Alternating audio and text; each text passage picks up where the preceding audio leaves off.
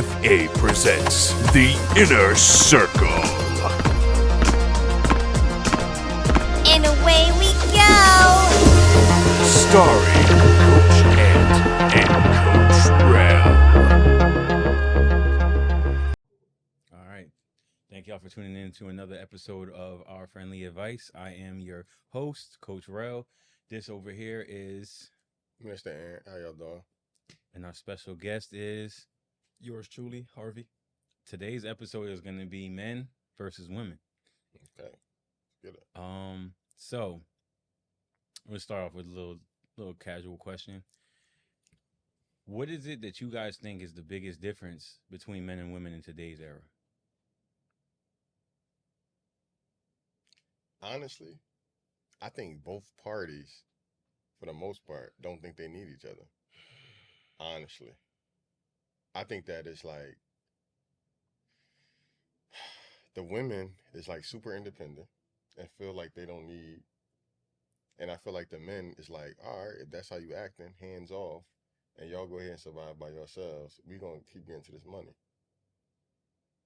And then I think the in between space, because of that, is that you got men that's pandering to Yo, the crazy. pandering to the women, the feelings of the women, and then you got the women that's the pick me's that's pandering to the feelings of the men. So I think that's just that, like, where we are currently in a space, and I think that society is trying to make it to where neither one of us need each other, but really we do, honestly.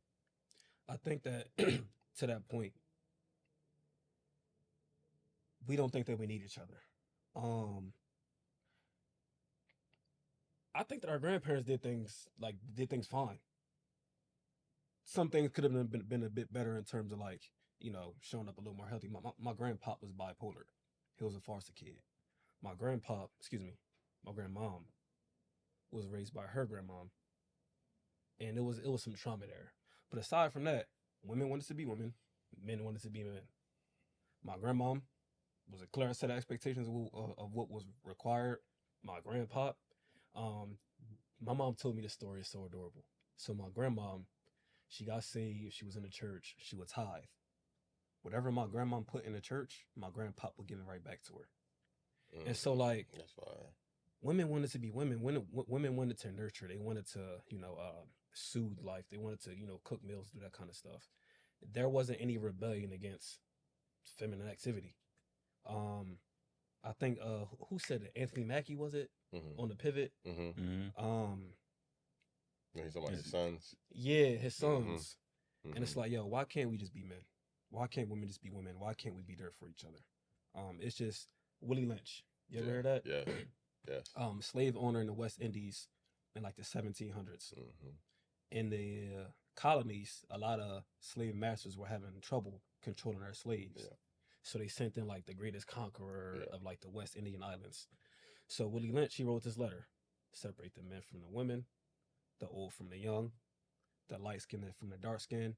And there was a bunch of other things. He said, you give women male-like responsibilities so that they come of the mindset where if I'm doing masculine things, I ain't got to trust these masculine men. Yeah. Willie Lynch said to emasculate the man, Mhm. sexually assault the man, so that the woman sees that he can protect and provide and be who it is that he needs to be. He said, if you do this successfully, you'll conquer these N-words for 300 years. This was 1712. 100 years is 2012.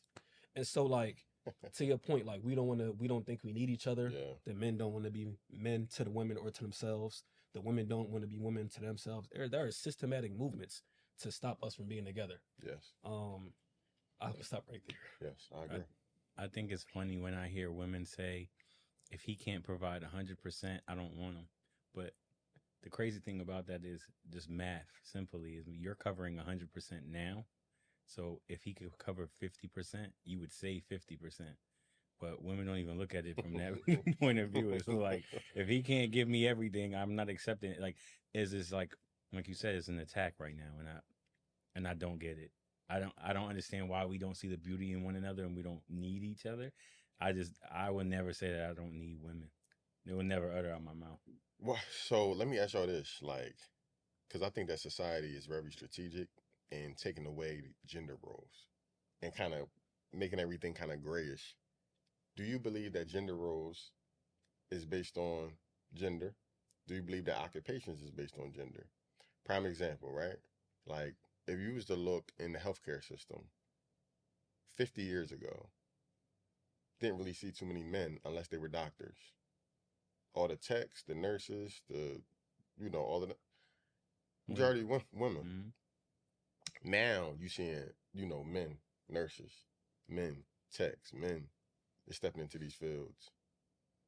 Simultaneously, you also watching people play with their identity. I don't feel like I'm a man no more. I feel like a woman. Let me change that. I don't feel like I'm a woman no more. I feel like I'm a man. Let me change that. Do y'all feel like gender roles has to be concrete, or do you believe there's some give and take to it? Before I answer, I think I was having a conversation with myself mentally a while ago, on my way here actually, and I was saying that like one thing that I try my best to pray for is compassion. Like, God, let me be able to, feel and love others and just experience goodness, good feelings towards everyone. So this whole conversation, I want to preface everything I'm going to say from the lens of everything I'm about to say comes from a compassionate point of view. Your question, do you feel like occupations are based on like gender roles concretely? Or, Yo, it's funny? I watched a lot of studies like on YouTube, on TikTok, and a whole bunch of stuff. I was watching a study and they said that Kevin Hart made the joke, when dad watching kids, he just gonna listen for stuff. When mom watching kids, she's more hands-on. I bring up that example to make the point that biology sort of controls a lot of how we show up in certain spaces. Perfect example. You know that women are better multitaskers than men? Yeah, for sure. The reason why is because if I'm cooking dinner, I got the clothes and laundry, I got the kids in the tub, I'm balancing sort of multiple tasks at the same time. Whereas men, we perform better under fatigue. When we're tired, like sleep deprived, we show up better because when we out there hunting and stuff like that, like we still have to perform. So to your question, I think that biology definitely influences the way we show up in professional spaces. Another example. Yes, again, I think I said this on the last episode, about 70-something% of teachers are like white women. But even the biology of it, as a man in a classroom setting, when you get students who are disruptive, they want the man to handle that. Why? I got a deep voice, my shoulders are broad, I can kind of like provide this authority. So I think biology influences everything regardless of whether we want to acknowledge it or not. Okay. I think they're trying to get rid of the biology aspect of it.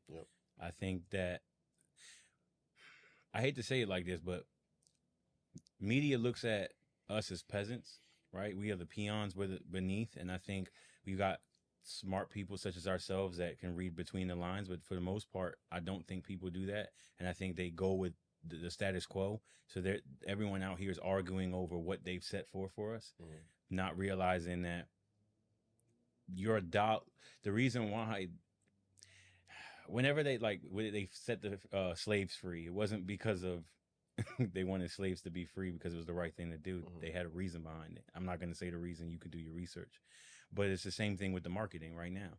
They don't want women's rights because women are, should be equal to men. They want women's rights because you're a workforce that wasn't tapped into, and now we can tap into it. Not only can we tap into that workforce, we can also tax it. Right? So what I'm getting at is people don't look at the reasonings behind the reason. They don't care. They don't care for what you think they care for. They're looking at it from another perspective, and that's what you got to find.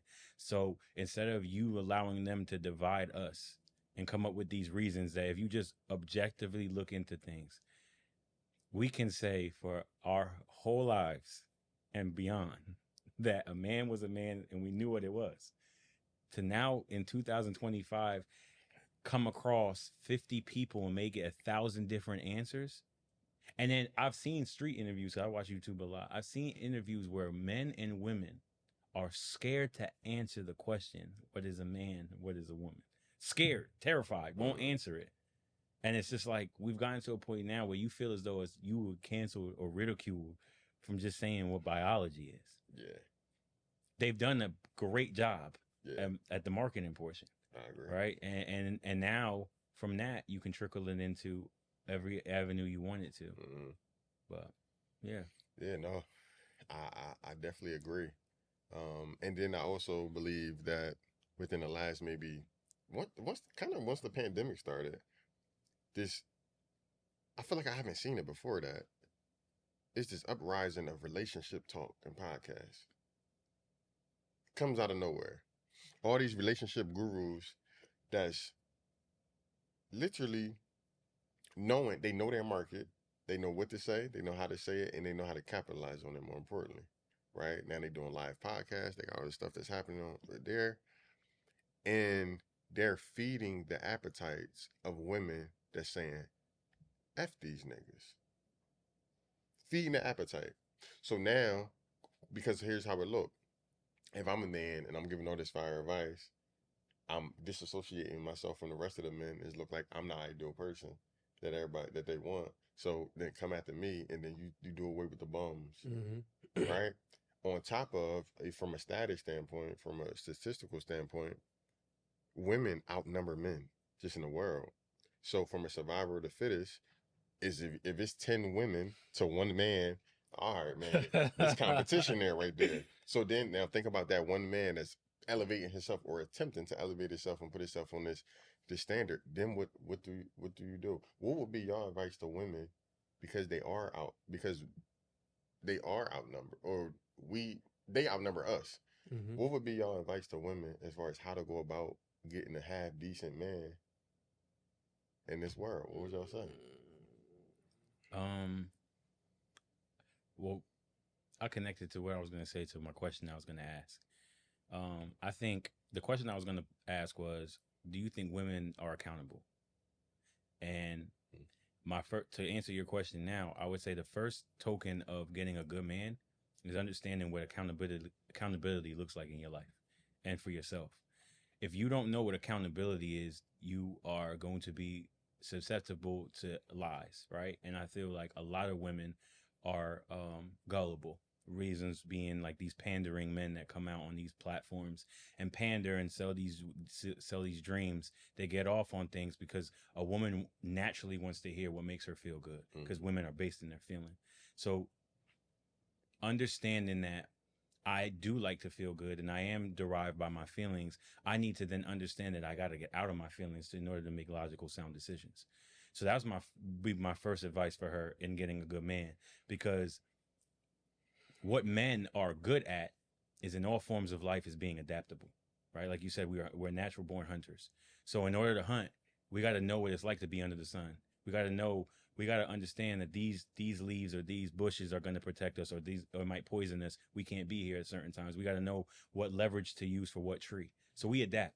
So when we hear what women want, we adapt. We may not even be the thing that we adapt to, but we're going to be that for you because it gets us what we want. If you don't know how to counteract that, you've already lost the battle, which means most women lost because it's about the feeling, it's a sensation of feeling good.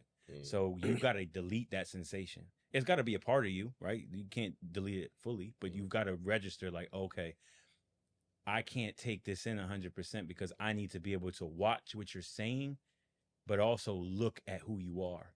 And does it match? Yeah. You can weed out a good man or a bad man in a date. Yeah. If you know what to pay attention to. But if I'm paying attention to what you're saying that's gonna, like, there's certain questions you shouldn't even ask. I've seen a lot of like dating card questions, like you said, with these, like, why are you even gonna tell a man that? Like, I'm looking for these traits in a man. Okay. Yeah. I'm gonna adapt to that. I'm gonna adapt to that 100%. Or you tell him about this is a woman are really good for. Like I've told Ant this. I came up and grew up with a lot of girls. What happens is if you around that, you hear what girls say like, "Oh, my last dude was this." So if I hear what your last dude was, and usually you only speak in a bad refrain when you bring up these people, I know what not to be. So all I gotta do is adapt to. All right, well, that's me. All right, cool. Yeah. Let me get rid of that real quick and let me show you something different. And this is the bad part. And I was telling my girl this. Girls invest time. Time equals feelings. So by the time you realize that this isn't a good man, you're already invested to like him. And what I say girls are ruled by their feelings. So you like him, so now you staying. Mhm. It don't take it's not till the bare minimum where he's destroyed you as a person where most women leave that relationship. I can't take this anymore. And that's when, things go left. So You want to know something I realized? That was a great point that you made as far as time correlating to love for them or feelings for them. mhm, Because I realized men don't operate that way. not at all. I can not talk to you for 2 years, right? Call you 2 years later. Hey, yo, bro, we lock right back in. So imagine what that looked like in a relationship. If I feel like as a man, time don't correlate to love, I love by showing up and doing duty. You want to know how I love you? Because I'm here. We ain't got to overthink this thing. Right. We ain't got to process this too much. Because if I didn't rock with you, guess what?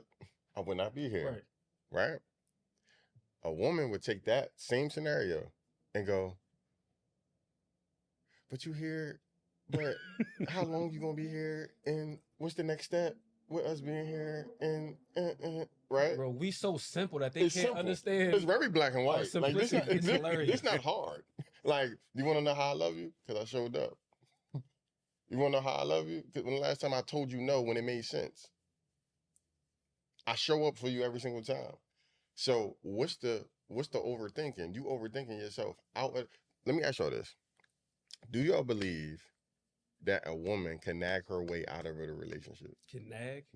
Nag you so much that Yeah, you like, yo, absolutely. John, you cooked. Yeah, bro. And I think part of the reason why is because, bro, life ain't easy as a man. Mm-hmm. I don't know what life is as a woman because I'm clearly not one, but I just know that. How many times have you been out to a bar and a woman just bought you drinks to talk to you? Never. Nah, don't have In order to do that, I had to graduate high school, go to college, get a good job, interview well, perform well at work, earn a paycheck every 2 weeks. Then, hey, how you doing, sweetheart? What's your name? Can I interest you in a drink? Like I have to become something in order to position myself to offer something to a woman. Whereas women get handouts. Who said it? Nelly just said it on Drink Champs. He said, "My daughters can move back home whenever they want and live with dad. But my sons, you sleeping on the couch and you gotta be out in 2 weeks to a month." Like men, we typically don't get handouts. So, I forgot where I was going Wait, with I that. was literally having this conversation with a girl not too long ago, and we was in that lane right there. I said, "Yo, you want to know something that I processed and thought about because of what you look like and how articulate you are, just on paper, what you look like. You can have men pay your bills, literally. Like you can have a man for your rent, you can have a man for your car. They're stupid, by You the can way. have a man Go for your ahead. right. I think they're crazy too. But let's not act like men ain't out here leading with money. Yes, they 100%. Yo, I'm coming. I'm showing up with some bread. Ain't tricking if you got it. Let me stop. There I go. A man can't do that. I can have a roster of women, but do you think that roster of women is paying for my lifestyle? No, I'm actually going in debt playing around like that. Like, because I got to pay for these dates. I got to do this. I And gotta do don't that. let them find out about one The another. birthdays and all this stuff. Like, we got to keep up with all of that. But like you said, that whole, okay, how long you think that process take? Graduate college. 5 years. Get 5 years just for that one moment to say, hey, yo, shorty, here go the drink. And not appreciate it. And drink my drink and then say, yeah, I was never interested in the first place. So now we talking about rejection, right? Mm-hmm. I The balance and appreciation for where you're about to go. I think this generation of women is so accustomed and entitled that the women before, like you were talking about the grandparents, they understood, they seen it. Dad was in the household. They seen what it took to have a job and what that meant and how stressed and tired dad was getting home and what it meant to put food on the table. Versus now women are so quick to understand money from their own perspective because they have their own job. But the difference is they don't spend their own money when they're outside. Mhm. So they'll take from others because it's an easy thing to do. And then they'll say it's on the man. But my thing is what I say to my like sisters when they like, or girls that I grew up with that would do the exact thing you're doing. Well, then don't complain when the opposite happens to you. The same way you're using these men, when a man has the advantage or opportunity to use you, don't complain then. Because you're saying there's nothing wrong with it. Like if he's willing to, he should know what it is. He should be paying attention. Same for you. If a man's getting your body and access to you, then and you're giving that up, then you should see it for what it is and understand what his intentions are. Don't be mad when the shoe's on the other foot. And they don't look at it like that. They were like, well, if he if he doesn't want me, he should just tell me up front. Well, you ain't telling that other man that you didn't want him that's paying for your rent. So why didn't you tell him up front? They look at the exchange different. Yeah. Could we just like go back for a second? The question you asked, what would your advice be for a woman considering that they outnumber us? What would our advice be to them to find a good man? First, I'm gonna kind of like give a disclaimer. I'm not a relationship expert at all, nor do I like strive to become one. I'm just someone who knows a little bit about life. But if you're a woman, again, I empathize. I'm really compassionate because you never know what anyone is going through. Another disclaimer. But if you're a woman and you're relying on us to tell you how to attract a good man, I think you kind of losing the battle right there. Two, I think that if you don't have a father in your household, do you have an uncle? Do you have a pastor at your church? Do you have a coach, a teacher, grandpa? Like, rely on a healthy dynamic to identify what to strive towards. Because too often, and I think kind of like as human beings, we get our idols idols from pop culture. I was having a conversation with my girl not too long ago. So I've been binge watching the Bernie Mac show. Okay. That's my show. Yeah, like Uncle Bernie. So again, so my dad passed when I was 4. I had no control over that. My uncles were great uncles. So I seen what it means. So I saw what it meant to be a father from my uncles. But on TV, because I consumed that imagery and that sound, Uncle Bernie, I really appreciate the way he instilled structure. He was a bit like verbally aggressive at times, but he instilled structure. Uncle Bernie could also be nurturing at times. Me and my girl also had a conversation. My wife and kids, Damon Wayans, he'd be my other TV dad that I kind of like pattern my parenting style after. Third, Uncle Phil. Uncle Phil. Okay, Uncle Phil. So I say this to make the point that because we consume popular culture, we kind of like identify certain things and certain people outside of our household. But if you're a woman and you want to attract a good man and you're relying on pop culture to be a good woman, you're losing. Because pop culture, Sexy Red, all these other women. Like, can we go back to the 90s? Yeah. Can we go back to like Claire Huxtable? Yeah. Can we go back to Aunt Viv? I prefer dark skin Aunt Viv. But can we go back to like that kind of stuff? So again, to your question, what would our advice to be? What would our advice be to women who want to attract a good man? Please don't rely on pop culture to sort of decipher or discern what it means to be a good woman to a good man. If you have a father in your house, I love it. Ask him. Ask your aunt. Ask anybody in your neighborhood who loves you. But please don't rely on popular culture because it'll lead you astray. And I will argue furthermore, that pop culture's goal is to lead us astray, i.e. Willie Lynch messaging, but just in a slightly different way. I'm finished. And then I would say, I'm a blunt person. You're not as special as you think you are. That's what I would tell her. That's what I tell my friends now. Like, the rule book for you isn't different because it's you. You gotta look at what he was doing before. So if he played X amount of girls, why would you be any different? Why are you even cementing yourself to be with somebody that's in that lane? And that's what I think women do. From a standpoint of they think they're special, right? Things are going to change for me because it's me.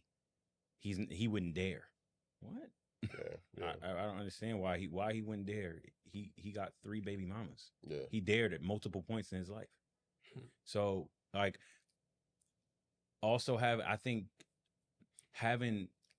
women have to take this a lot harder than men. I think women have to have standards and be cutthroat. I really do. That would be my advice.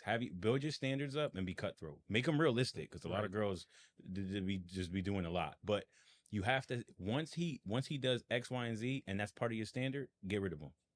Yeah, I agree with that. I definitely agree with that. I think women, because women would then control, it's almost like population control at that point. Because it's like, you get rid of him, you wean him out, you get him out the way. Here's the thing. One thing men don't like is when our ego is bruised. That's one thing. Just me counseling, like, the number one thing I see that's the most destructive in men is when men is operating in heartbreak. That's a different level of hurt. It's a demon. That's the thing. Like that literally travels for the rest of your life. Your heart get broken. I watch it. Men be unlogical. They don't even know how to process their emotion in the middle of heartbreak. Because one probably don't got the emotional regulation to do so, and then two is an ego thing, and then three is a pride thing. She left me. Why? Nobody leave me. I'm this. I'm that. Him. Yeah, I'm him. Right. These things are the things that I see over time. So I do believe that. I believe that if women was more cutthroat and don't feed crumbs. One thing men operate off is feeding crumbs. You could look through any women DM. Men talk to themselves, but there's always that one time where the girl put the LOL or put like something, and then they do bull on the other end of the end saying Windows open. Wide open. Let me play off that segue. Yeah, walk you down. wide Yeah. open. Because why she respond to me? Eat the small crumbs. And she did it because most likely that she was upset at the time and wasn't getting attention from the person she Emotion. wanted. The emotion, Right. The emotion came out and made you do something that you don't even see is detrimental. Right. Like this right here. So now look, watch how this play out. So let's say that's the truth. Let's say she liked something or whatever, and let's say it sat there for about 7 months. She get back with her boyfriend. Boyfriend just so happened to be near her phone. Look over, see the light. Let me see that. Oh, he bleeding out. Broke his heart. Heartbroken. Now he a savage. He gonna be he gonna be a savage, whatever. But here the difference between our grandmoms and the women now. Our grandmoms would sit there, understand the accountability of it, apologize. Women now cheat back. All day long, bro. Look, so this is why I empathize with so much and I like have so much compassion. I hate that this exists, this dynamic of let me get my lick back. Men and women, we are not the same. Mm-hmm. We're not the same. You know what oxytocin is? Mhm. What is it? Oxytocin is what secretes to make you reconnected to your partner, which men have it as well, but women have it substantially more. It creates a bond and makes you think about this person. It's supposed to gravitate you to them. Right. Do you know when women release the most amount of oxytocin? It's during sex. Childbirth. Okay. Childbirth. To make you connected to the child. It's a study by Harvard University. The title is like oxytocin, the love drug or love hormone. So women release oxytocin when they like give birth. Mm. Like that's the most they'll ever release oxytocin. Secondly, they release it when they have sex. Right. So that drug causes you to fall in love. So women essentially fall in love with every man they sleep with. Men. That's heavy. Do you know when men release oxytocin? Isn't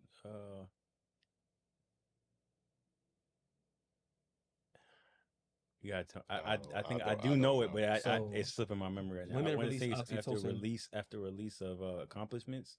Not exactly. So again, women release oxytocin when they give birth Mm-hmm. and with every man they sleep with, meaning that they fall in love with every man they sleep with. Men only release oxytocin when we're in love with the woman that we sleep with. Okay. So, perfect example. I remember being in college and stuff like that. You start kicking it with a girl. I was always told never lie to a woman. So if I just want something casual, I'm gonna be honest about it. You know, my goal is just kick it. Whatever happens, happens. But I'm chilling. I'm not looking for nothing. But whatever. Mhm. Initially, a woman, okay, you know, a woman about 18 or 22 may entertain it. And you might be like, damn, I cannot hang out. I cannot get her back to whatever. Mhm. And then as soon as you sleep with her, well, what are we? I told you we were just chilling. But she's in love with you. Don't hurt me. Right. So like now understanding like the oxytocin release compared to us versus them. Now understanding soul ties. Yep. Us versus them. Yep. Again, I read a lot of studies. Yeah. So there's 2 studies. Similar conclusion. BYU University and Utah University. They both tracked how happy a woman was in her marriage based on how many partners she she's had. slept with. So the more partners that you have, the less fulfilled you'll be in your marriage. Now, why is that? I think it's like 1 to 3. it's a wash. Yeah. And then after like 4 to 6 is with that sweet zone. Mm-hmm. And then after that, it's destruction from that point on. So 4 to 6 partners Is a seeing sweet. love. No. You probably won't be satisfied in your marriage. Yeah, you can be okay with the 4 to you'll be okay with the 4 to 6, but after that it's a wash. Like if she's had more than that, Right. it is destructive. To speak on your point, I was having this conversation yesterday. What women don't understand is the difference between men's brains and women's brains inside is that we aren't comparative. Mm-hmm. So women are comparative creatures. The reason why they're comparative is because it helps like being a secretary, it helps break down things and put things in order. That's why women are great organizers. But the reason why it's detrimental is they compare experiences. So this country wasn't as great as that country. That's what they do. They organize it because they create a list. Same goes for men. The more men you sleep with, the more men that you deal with, is the more experiences and connections that you build. So this man is able to gravitate this into my life. This man is able to sleep with me this way. Right. And then you start doing that. The problem is if you start sleeping with a bunch of men is you try and compile all these factors into one man, and that's not possible. It's unrealistic. I can't be a billionaire and save the day as Bruce Wayne and then come home and slay you, but also be a therapist and then come home and be a nurse and tend to your feelings and your body. It's just not practical. Right. So that's where virgin relationships are the best relationships that they've noticed across the board in the studies, that people that don't sleep around, the lower the end of the sleeping around, the better it is for the relationship. Yeah. And so comparison is a thief of joy. And so again, let's say again, I don't know the specific numbers of if she has this many, that many partners, but I just know the concept is the higher number, the less fulfilled you are, because number one, you're creating these thick bonds with people, and your capacity to build a bond dwindles as you continue to build more bonds. The last point I was gonna make was so to what you said of our grandmother's generation, if they're done wrong, they may just leave, or they just may sit still for a bit. Whereas now the culture promotes this idea of, being promiscuous and, quote unquote, get your lick back. This is safe space, right? Yes, it is. I have convos with my homies, and I regret some of my promiscuous activity, like in my earlier 20s. I thoroughly regret it because now, knowing what I know, again, I think only about 30% of Black women will ever get married. Yeah. What's up, y'all? If y'all like with this conversation that we've been having, the Inner Circle, man, first of all, if you want to be a guest, feel free to hit us up, man. We're going to look into your credentials, see who you are. If you fit the criteria, then feel free to sit down on this couch right here, the hot seat. And another thing, like, subscribe, and lock in with us on all social media platforms, Our Friendly Advice. And to visit our website is ourfriendlyadvice.net. You can book us there. Y'all enjoy the rest of your day.